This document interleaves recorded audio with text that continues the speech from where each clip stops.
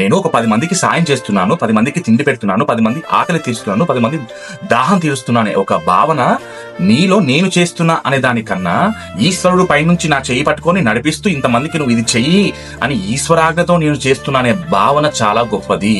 నువ్వు ఎప్పుడు గాని ఎన్నడూ గాని నువ్వు ఇంత పెద్ద సహాయము ఒకరి కడుపు నింపినా ఒకరికి సాయం చేసినా ఇది నేను చేయట్లేదు, కేవలం ఈశ్వరుడు చేపిస్తున్నాడనే ఒక భావనలో ఉండాలి తప్పించి నేనే చేస్తున్నాను, నా దగ్గర ఉన్నదని చేస్తున్నాను, నా దగ్గర ఉంది కాబట్టి నేను చేస్తున్నానే ఒక భావంతో అది చేస్తే అది అహంకారం కిందికి పోతుంది.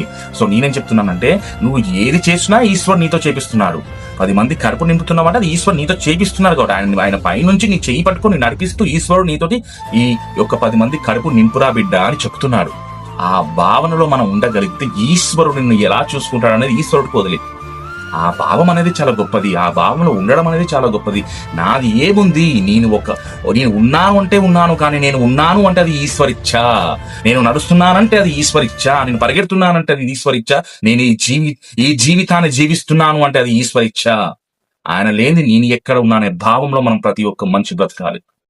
హర హర మహాదేవ శంభో శంకర శివ కేశవాయ నమః.